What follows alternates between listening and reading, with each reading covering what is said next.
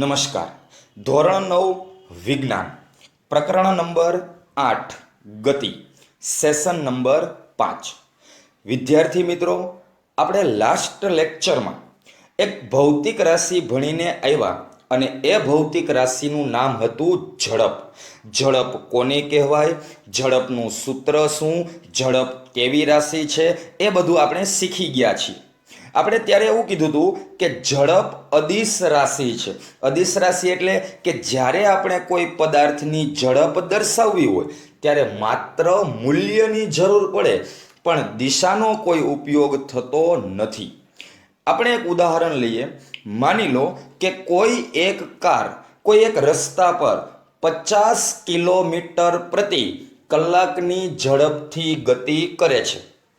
કોઈ એક car 50 kilometre પ્રતિ કલાકની ઝડપથી ગતિ કરે છે, પણ કઈ દિશામાં ગતિ કરે છે એ જાણવું ખૂબ જ જરૂરી છે. ઝડપમાં આપણે દિશાનો કોઈ ઉલ્લેખ કર્યો નહોતો, પરંતુ હવે આપણે ઝડપની સાથે એની દિશા દર્શાવવી પણ જરૂરી છે. એના ઉપરથી આજનો શરૂઆતનો ટોપિક છે દિશા સાથે ઝડપ. અત્યાર સુધી ખાલી શું ભણી ગયા? ઝડપ, કે આટલા કિલોમીટર પ્રતિ કલાકની ઝડપથી ગતિ કરે છે.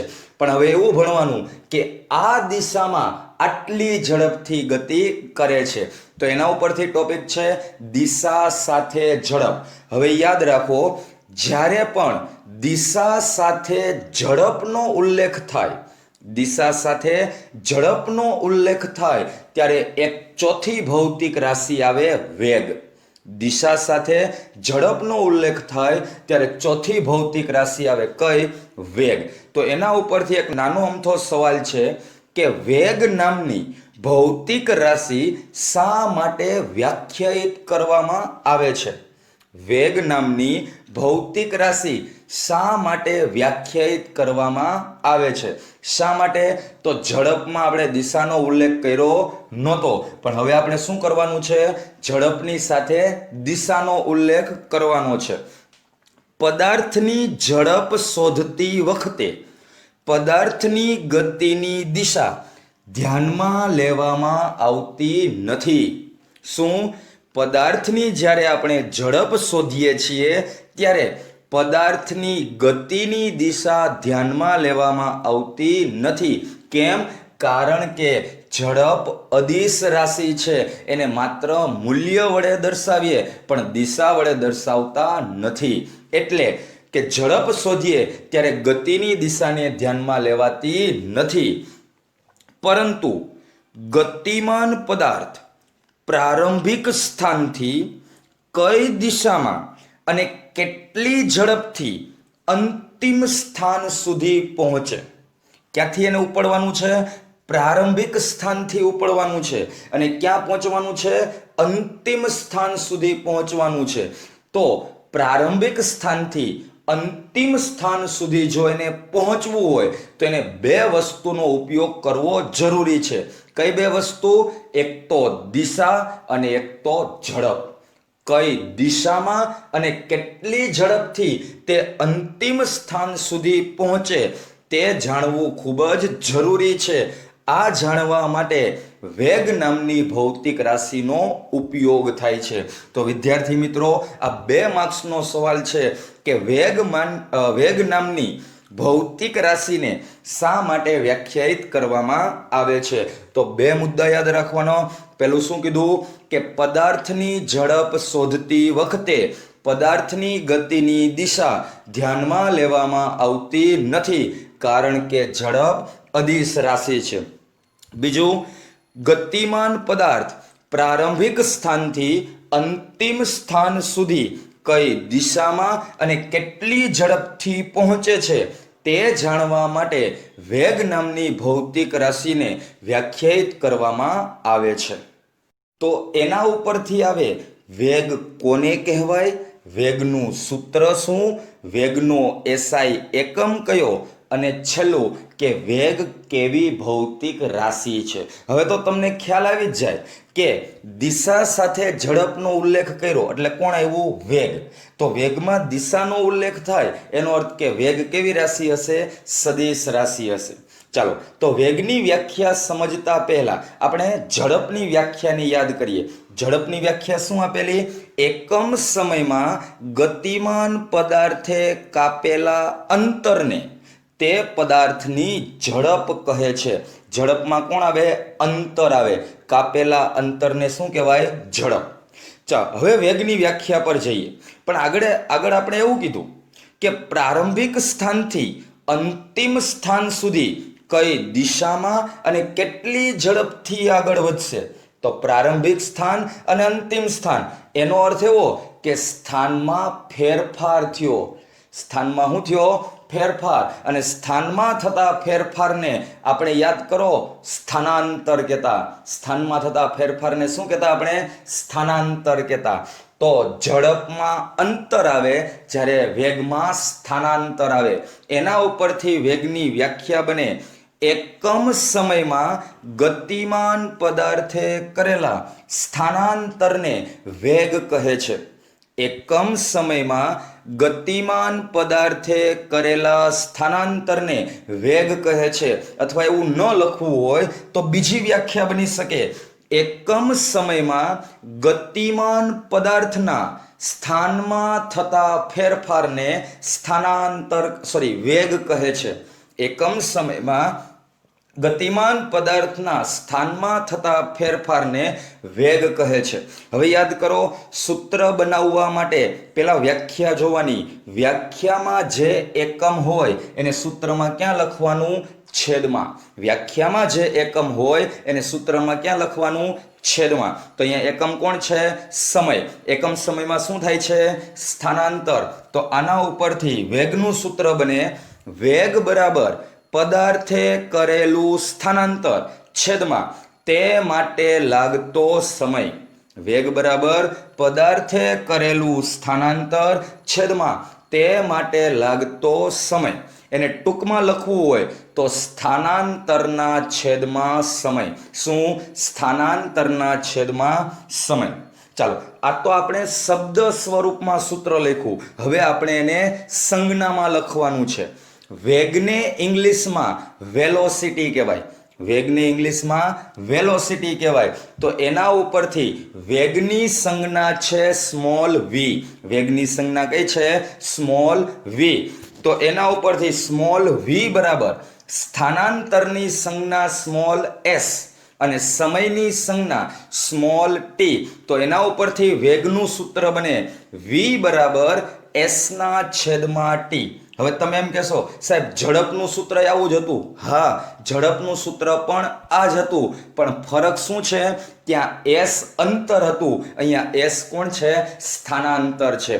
તો વી બરાબર એસના છેદમાં ટી. ચાલો, એના ઉપરથી આપણે એનો એસઆઈ એકમ બનાવીએ. સ્થાનાંતરનો એકમ મીટર. છેદમાં જુઓ સમય. સમયનો એકમ સેકન્ડ. તો એના ઉપરથી એક એકમ બને કયો? મીટરના છેદમાં સેકન્ડ. પણ મીટરના છેદમાં સેકન્ડ એમ નહીં વાંચવાનું. શું વાંચવાનું? મીટર પ્રતિ સેકન્ડ. એના ઉપરથી વેગનો એસઆઈ એકમ મીટર પ્રતિ સેકન્ડ છે. મીટર પ્રતિ સેકન્ડ છે. અથવા શું લખાય? તો સેકન્ડને ભાગાકારમાંથી ગુણાકારમાં લઈ જાઓ તો ઘાત કેવી થઈ જાય? માઇનસ. તો મીટર ઇન્ટુ સેકન્ડની માઇનસ એક ઘાત. અને માઇનસ એક ઘાતને આપણે શું વાંચતા? ઇન્વર્સ. તો એમ વંચાય મીટર ઇન્ટુ સેકન્ડ ઇન્વર્સ. એ ઉપરાંત એના અન્ય બે એકમો છે કિલોમીટર પ્રતિ કલાક. કલાકની સંજ્ઞા એચ.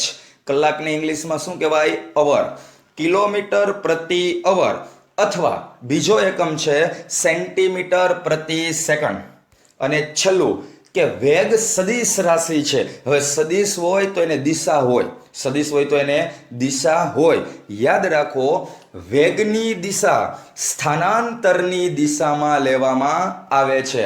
વેગની દિશા કઈ દિશામાં? સ્થાનાંતરની દિશામાં લેવામાં આવે છે। જે દિશામાં સ્થાનમાં ફેરફાર થાય એ દિશામાં વેગની દિશા લેવામાં આવે છે। તો આ થયું વેગ કોને કહેવાય, એનું સૂત્ર અને એનો એસઆઈ એકમ। શું? એકમ સમયમાં ગતિમાન પદાર્થે કરેલા સ્થાનાંતરને પદાર્થનો વેગ કહે છે। તો વેગનું સૂત્ર પદાર્થે કરેલું સ્થાનાંતર છેદમાં તે માટે લાગતો સમય, માટે v બરાબર s ના છેદમાં t। એસઆઈ એકમ મીટર પ્રતિ સેકન્ડ, અન્ય એકમ કિલોમીટર પ્રતિ કલાક, સેન્ટીમીટર પ્રતિ સેકન્ડ। અને વેગ કેવી રાશિ?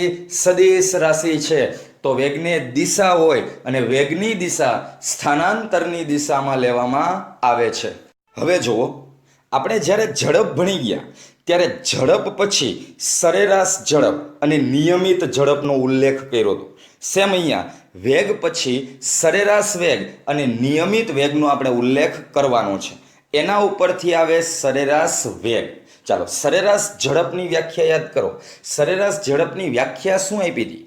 પદાર્થે કાપેલું કુલ અંતર અને તે અંતર કાપવા માટે લાગતા સમયના ગુણોત્તરને સરેરાશ ઝડપ કહે છે। ઝડપમાં અંતર આવે જ્યારે વેગમાં સ્થાનાંતર આવે। આવું મગજમાં બેસાડી જ દેવાનું। ઝડપમાં કોણ આવે? અંતર, જ્યારે વેગમાં કોણ આવે? સ્થાનાંતર। તો એના જેવી જ સરેરાશ વેગની વ્યાખ્યા પદાર્થે કરેલું કુલ સ્થાનાંતર અને તે માટે લાગતા સમયના કુલ ગુણોત્તરને સરેરાશ વેગ કહે છે। શું? પદાર્થે કરેલું સ્થાનાંતર અને તે માટે લાગતા સમયના ગુણોત્તરને સરેરાશ વેગ કહે છે। ગુણોત્તર એટલે ભાગાકાર, ગુણોત્તર એટલે ભાગાકાર। તો એના ઉપરથી એનું સૂત્ર શું બને? સરેરાશ વેગ બરાબર પદાર્થે કરેલું કુલ સ્થાનાંતર છેદમાં તે માટે લાગતો કુલ સમય। સરેરાશ વેગ બરાબર પદાર્થે કરેલું કુલ સ્થાનાંતર છેદમાં તે માટે લાગતો કુલ સમય। વેગની સંજ્ઞા કઈ આપી હતી? v। પણ આગળ હવે શું લાગી ગયું? સરેરાશ। અને સરેરાશને ઇંગ્લિશમાં શું કહેવાય? એવરેજ। એના ઉપરથી એની સંજ્ઞા VAV, v એટલે વેગ અને AV, AV એટલે એવરેજ, સરેરાશ। તો સૂત્ર શું બને? VAV બરાબર s ના છેદમાં t। તો તમે એમ કહો સાહેબ આવું જ સૂત્ર તો સરેરાશ ઝડપનું હતું। હા ભાઈ, આવું જ સૂત્ર સરેરાશ ઝડપનું હતું, પણ ફરક શું? ઝડપ અદિશ જ્યારે વેગ સદિશ। ઝડપમાં અંતર, વેગમાં સ્થાનાંતર, આટલો ફરક છે। તો સરેરાશ વેગનું સૂત્ર VAV બરાબર s ના છેદમાં t। સરેરાશ વેગનો એસઆઈ એકમ પણ મીટર પ્રતિ સેકન્ડ અથવા મીટર ઇન્ટુ સેકન્ડ ઇન્વર્સ છે। એ ઉપરાંત એના અન્ય એકમોમાં કિલોમીટર પ્રતિ કલાક, સેન્ટીમીટર પ્રતિ સેકન્ડ, અન્ય એકમો કેટલા છે? 2। કિલોમીટર પ્રતિ કલાક, સેન્ટીમીટર પ્રતિ સેકન્ડ। યાદ રાખો, સરેરાશ વેગ પણ સદિશ રાશિ છે। વેગ પણ કેવું? સદિશ। સરેરાશ વેગ પણ સદિશ અને સરેરાશ વેગની દિશા સ્થાનાંતરની દિશામાં લેવામાં આવે છે। તો વિદ્યાર્થી મિત્રો, હવે જુઓ, તમને એમ પૂછાય કે ઝડપ અને વેગ વચ્ચેનો તફાવત આપો, તો હવે તમને લખતા આવડે। ઝડપમાં કોણ? અંતર। વેગમાં કોણ? સ્થાનાંતર। બંનેના સૂત્ર સમાન છે, બંનેના એસઆઈ એકમ સમાન છે, પણ બંને અલગ અલગ ભૌતિક રાશિ છે। ઝડપ કેવી છે? અદિશ, જ્યારે વેગ કેવી છે? સદિશ છે। હવે ખૂબ જ મહત્વની વસ્તુ યાદ રાખવાની છે કે સરેરાશ વેગનો ઉપયોગ ક્યારે કરવો। જોજો, યાદ રાખજો, તમને કોઈ એમ પૂછે કે મારે આ વસ્તુનો સરેરાશ વેગ શોધવાનો છે, તો આપણી પાસે સરેરાશ વેગનું સૂત્ર છે। કયું? પદાર્થે કરેલું કુલ સ્થાનાંતર છેદમાં તે માટે લાગતો કુલ સમય। પરંતુ દરેક વખતે સરેરાશ વેગ શોધવા માટે આ જ સૂત્રનો ઉપયોગ થતો નથી। શું? દરેક વખતે સરેરાશ વેગ શોધવા માટે આ જ સૂત્રનો ઉપયોગ થતો નથી। જો દરેક વખતે સરેરાશ વેગ શોધવો હોય તો પહેલા સૂત્રનો ઉપયોગ ન થાય તો કયા સૂત્રનો ઉપયોગ કરવો? યાદ રાખો, જો પદાર્થનો વેગ નિયમિત રીતે બદલાતો હોય, જો પદાર્થનો વેગ નિયમિત રીતે બદલાતો હોય એટલે કે કાં તો વધતો હોય કાં તો ઘટતો હોય, જો પદાર્થનો વેગ નિયમિત રીતે બદલાતો હોય ત્યારે તેનો સરેરાશ વેગ અંકગણિતીય સરેરાશ પ્રમાણે લેવામાં આવે છે. ફરીથી લીટી વાંચું છું. જો કોઈ પદાર્થનો વેગ નિયમિત રીતે બદલાતો હોય, માની લો કે એક ગાડીનો વેગ 50 કિલોમીટર પ્રતિ કલાકની ઝડપ છે. હવે ધીમે ધીમે બ્રેક મારે છે તો પાછો 10 કિલોમીટર પ્રતિ કલાક ઘટી ગયો, પાછો 10 કિલોમીટર પ્રતિ કલાક ઘટ્યો, એટલે 50માંથી 40, 40માંથી 30, 30માંથી 20. એનો અર્થ એવો કે એક સરખો ઘટાડો થાય છે, એક સરખો બદલાય છે. ત્યારે તેનો સરેરાશ વેગ આપણા સૂત્ર પ્રમાણે નહીં પણ અંકગણિતીય સરેરાશ પ્રમાણે લેવામાં આવે છે. તો તમે એમ કહો કે સાહેબ આ અંકગણિતીય સરેરાશ એટલે શું? તો એ કાંઈ નવું નથી. તમે આગળ ભણીને આવ્યા છો, તમને 5 સંખ્યા આપી હોય અને એમ કીધું હોય કે આ 5 સંખ્યાની આપણે સરેરાશ સંખ્યા લેવાની છે, તો તમે શું કરતા? આપેલી સંખ્યાનો સરવાળો છેદમાં કુલ સંખ્યા, આવું જ કરતા ને. સરાસરી યાદ કરો, સરાસરી કેવી રીતે ગોતતા? આપેલી સંખ્યાનો કુલ સરવાળો છેદમાં કુલ સંખ્યા. માની લો કે તમને 5 સંખ્યા આપી છે તો આ 5 સંખ્યાનો સરવાળો છેદમાં કેટલા લખતા? 5. એને કહેવાય અંકગણિતીય સરેરાશ. એને શું કહેવાય? અંકગણિતીય સરેરાશ. તો આનો ઉપયોગ ક્યારે કરવાનો? જો પદાર્થનો વેગ નિયમિત રીતે બદલાતો હોય ત્યારે તેના સરેરાશ વેગનું મૂલ્ય અંકગણિતીય સરેરાશ પ્રમાણે લેવામાં આવે છે. એટલે કેવી રીતે? આપેલી સંખ્યાનો સરવાળો છેદમાં કુલ સંખ્યા. હવે 2 વસ્તુ મિત્રો યાદ રાખો, બહુ જરૂરી છે આખા ચેપ્ટરમાં. હવે આના પછી બધું આ જ આવવાનું છે. કઈ કઈ વસ્તુ? માની લો કે એક ગાડીનો શરૂઆતમાં વેગ 5 મીટર પ્રતિ સેકન્ડ હતો. એક ગાડીનો શરૂઆતમાં વેગ કેટલો હતો? 5 મીટર પ્રતિ સેકન્ડ. આ શરૂઆતના વેગને પ્રારંભિક વેગ કહે છે. શરૂઆતના વેગને શું કહેવાય છે? પ્રારંભિક વેગ કહે છે. હવે આગળ જતા જતા એનો છેલ્લો વેગ 15 મીટર પ્રતિ સેકન્ડ થયો. છેલ્લો વેગ કેટલો થઈ ગયો? 15 મીટર પ્રતિ સેકન્ડ. તો એ છેલ્લો જે વેગ છે એને એનો અંતિમ વેગ કહેવાય. તો આપણી પાસે કેટલા વેગ આવ્યા? 2 વેગ આવ્યા. કયા કયા? પ્રારંભિક વેગ, અંતિમ વેગ. કયા કયા? પ્રારંભિક વેગ, અંતિમ વેગ. તો અંકગણિતીય સરેરાશ પ્રમાણે જો આપણે સરેરાશ વેગ શોધવો હોય તો આપણે શું કરવું પડે? આપેલા વેગનો સરવાળો છેદમાં કુલ વેગ. આપેલા વેગનો સરવાળો છેદમાં કુલ વેગ. તો એના ઉપરથી સૂત્ર બને સરેરાશ વેગ બરાબર આપેલા વેગનો સરવાળો. કેટલા વેગ હતા? 2. કયા કયા? પ્રારંભિક અને અંતિમ. તો સરેરાશ વેગ બરાબર પ્રારંભિક વેગ પ્લસ અંતિમ વેગ ભાગ્યા 2. કેટલી સંખ્યા થઈ? 2 સંખ્યા થઈ. 2 વેગ આવ્યા એટલે ભાગ્યા કેટલા લખ્યા? 2. તો સરેરાશ વેગનું સૂત્ર શું બને? સરેરાશ વેગ બરાબર પ્રારંભિક વેગ પ્લસ અંતિમ વેગ છેદમાં 2.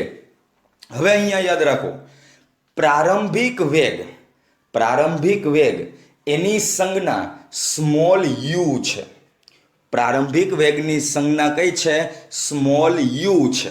અને અંતિમ વેગની સંજ્ઞા સ્મોલ વી છે. ચાલો, તો સરેરાશ વેગની સંજ્ઞા કઈ હતી? VAV. તો VAV બરાબર U પ્લસ V ભાગ્યા 2. VAV બરાબર U પ્લસ V ભાગ્યા 2. જ્યાં VAV બરાબર સરેરાશ વેગ, U એટલે પ્રારંભિક વેગ, V એટલે અંતિમ વેગ અને ભાગ્યા 2. હવે તમે જો કન્ફ્યુઝનમાં નહીં મુકાતા, યાદ રાખજો, આપણે ખાલી વેગની સંજ્ઞા V આપી, અંતિમ વેગની સંજ્ઞા પણ કઈ આપી? V. હવે યાદ એવું રાખવાનું, જો ખાલી v લખેલો હોય, ખાલી શું લખેલું હોય? v, તો એનો અર્થ એવો કે એ અંતિમ વેગ હોય, વેગ પણ હોય, અંતિમ વેગ હોય અને વેગ પણ હોય. પણ u લખેલો હોય તો ફરજિયાત પ્રારંભિક વેગ હોય. u હોય તો શું હોય? પ્રારંભિક વેગ હોય. એટલે આ બધી વસ્તુ છે ને દાખલામાં આવવાની છે. જ્યારે આપણે દાખલા ચાલશે ને ત્યારે આ બધી વસ્તુ પાછી રિપીટેશન કરાવીશ. તો યાદ રાખવાનું કે અંકગણિતીય સરેરાશનો ઉપયોગ ક્યારે કરવાનો? જ્યારે વેગ નિયમિત રીતે બદલાતો હોય ત્યારે. અંકગણિતીય સરેરાશ એટલે આપેલા વેગનો સરવાળો છેદમાં કુલ સંખ્યા. આપણી પાસે કેટલા વેગ છે? 2. પ્રારંભિક અને અંતિમ છેદમાં કેટલા લખી દેવાના? 2. તો સૂત્ર શું બને? v એ v બરાબર u પ્લસ v છેદમાં 2. યાદ રાખો, પદાર્થનો વેગ કાં તો અચળ હોય અથવા તો ચલિત હોય છે. કાં તો પદાર્થનો વેગ કેવો હોય? અચળ અથવા તો ચલિત હોય. પદાર્થનો વેગ અચળ એટલે ક્યારેક માની લો પદાર્થનો વેગ બદલાતો નથી. માની લો ગાડી 50 કિલોમીટર પ્રતિ કલાકના વેગથી ગતિ કરે છે. હવે ઝડપ નથી બોલતો, હવે વેગ બોલું છું, હવે દિશા આવી છે. એટલે 50 કિલોમીટર પ્રતિ કલાકના વેગથી ગતિ કરે છે અને ખુલ્લો રોડ છે, એક્સિલરેટર એક જ સાથે એક જ ધારું આમ દબી રાખેલું છે, તો ગાડી કેટલા કિલોમીટરની વેગથી ગતિ કરશે? 50 કિલોમીટર પ્રતિ કલાકના વેગથી ગતિ કરશે. એનો અર્થ કે ન્યાય એનો વેગ બદલાતો નથી. એટલે કે વેગ કેવો રહે છે? અચળ રહે છે. પણ કેટલીક વખત એનો વેગ ચલિત હોય. ચલિત એટલે બદલાયા કરે છે. હવે બે વસ્તુ યાદ રાખવાની છે. પદાર્થનો વેગ 3 રીતે બદલાય છે. પદાર્થનો વેગ કેટલી રીતે બદલાય? 3 રીતે. પહેલું, વેગનું મૂલ્ય બદલાવાથી. હવે યાદ રાખજો, વેગનું મૂલ્ય એને જ કહેવાય ઝડપ. વેગનું મૂલ્ય એને શું કહેવાય? ઝડપ. જો ઝડપ બદલાય તો વેગનું મૂલ્ય પણ બદલાય. બીજું, ગતિની દિશા બદલાવાથી વેગનું મૂલ્ય બદલાય. એક તો વેગનું મૂલ્ય બદલાવાથી, બીજું ગતિની દિશા બદલાવાથી. જો ગતિની દિશા બદલી જાય તો વેગનું મૂલ્ય પણ બદલી જાય. અને ત્રીજી વસ્તુ, વેગનું મૂલ્ય અને ગતિની દિશા જો બંને એક સાથે બદલાય તો પણ વેગ બદલી શકે છે. તો વેગ કેટલી રીતે બદલાય છે? 3 રીતે. વેગનું મૂલ્ય બદલાવાથી, ગતિની દિશા બદલાવાથી અને ગતિની દિશા તથા ઝડપ બંને બદલાવાથી વેગનું મૂલ્ય બદલાય છે. તો એના ઉપરથી આવે વેગ કોને કહેવાય, વેગનું સૂત્ર શું, વેગનો એસઆઈ એકમ કયો, અને છેલ્લું કે વેગ કેવી ભૌતિક રાશિ છે. હવે તો તમને ખ્યાલ આવી જ જાય કે દિશા સાથે ઝડપનો ઉલ્લેખ કર્યો એટલે કોણ આવ્યું? વેગ. તો વેગમાં દિશાનો ઉલ્લેખ થાય એનો અર્થ કે વેગ કેવી રાશિ હશે? સદિશ રાશિ હશે. ચાલો, તો વેગની વ્યાખ્યા સમજતા પહેલા આપણે ઝડપની વ્યાખ્યાને યાદ કરીએ. ઝડપની વ્યાખ્યા શું આપેલી? એકમ સમયમાં ગતિમાન પદાર્થે કાપેલા અંતરને તે પદાર્થની ઝડપ કહે છે. ઝડપમાં કોણ આવે? અંતર આવે. કાપેલા અંતરને શું કહેવાય? ઝડપ. ચાલો, હવે વેગની વ્યાખ્યા પર જઈએ. પણ આગળ આપણે એવું કીધું કે પ્રારંભિક સ્થાનથી અંતિમ સ્થાન સુધી કઈ દિશામાં અને કેટલી ઝડપથી આગળ વધશે. તો પ્રારંભિક સ્થાન અને અંતિમ સ્થાન, એનો અર્થ એવો કે સ્થાનમાં ફેરફાર થયો. સ્થાનમાં શું થયો? ફેરફાર. અને સ્થાનમાં થતા ફેરફારને આપણે યાદ કરો, સ્થાનાંતર કહેતા. સ્થાનમાં થતા ફેરફારને શું કહેતા આપણે? સ્થાનાંતર કહેતા. તો ઝડપમાં અંતર આવે જ્યારે વેગમાં સ્થાનાંતર આવે. એના ઉપરથી વેગની વ્યાખ્યા બને, એકમ સમયમાં ગતિમાન પદાર્થે કરેલા સ્થાનાંતરને વેગ કહે છે. એકમ સમયમાં ગતિમાન પદાર્થે કરેલા સ્થાનાંતરને વેગ કહે છે. અથવા એવું ન લખવું હોય તો બીજી વ્યાખ્યા બની શકે, એકમ સમયમાં ગતિમાન પદાર્થના સ્થાનમાં થતા ફેરફારને વેગ કહે છે. એકમ સમયમાં ગતિમાન પદાર્થના સ્થાનમાં થતા ફેરફારને વેગ કહે છે. હવે યાદ કરો, સૂત્ર બનાવવા માટે પહેલા વ્યાખ્યા જોવાની. વ્યાખ્યામાં જે એકમ હોય એને સૂત્રમાં ક્યાં લખવાનું? છેદમાં. વ્યાખ્યામાં જે એકમ હોય એને સૂત્રમાં ક્યાં લખવાનું? છેદમાં. તો અહીંયા એકમ કોણ છે? સમય. એકમ સમયમાં શું થાય છે? સ્થાનાંતર. તો આના ઉપરથી વેગનું સૂત્ર બને વેગ બરાબર પદાર્થે કરેલું સ્થાનાંતર છેદમાં તે માટે લાગતો સમય. વેગ બરાબર પદાર્થે કરેલું સ્થાનાંતર છેદમાં તે માટે લાગતો સમય. એને ટૂંકમાં લખવું હોય તો સ્થાનાંતરના છેદમાં સમય. શું? સ્થાનાંતરના છેદમાં સમય. ચાલો, આ તો આપણે શબ્દ સ્વરૂપમાં સૂત્ર લખ્યું. હવે આપણે એને સંજ્ઞામાં લખવાનું છે. વેગને ઇંગ્લિશમાં વેલોસિટી કહેવાય. વેગને ઇંગ્લિશમાં વેલોસિટી કહેવાય. તો એના ઉપરથી વેગની સંજ્ઞા છે સ્મોલ વી. વેગની સંજ્ઞા કઈ છે? સ્મોલ વી. તો એના ઉપરથી સ્મોલ વી બરાબર સ્થાનાંતરની સંજ્ઞા સ્મોલ એસ અને સમયની સંજ્ઞા સ્મોલ ટી. તો એના ઉપરથી વેગનું સૂત્ર બને વી બરાબર એસના છેદમાં ટી. હવે તમે એમ કહેશો સાહેબ ઝડપનું સૂત્ર આવું જ હતું. હા, ઝડપનું સૂત્ર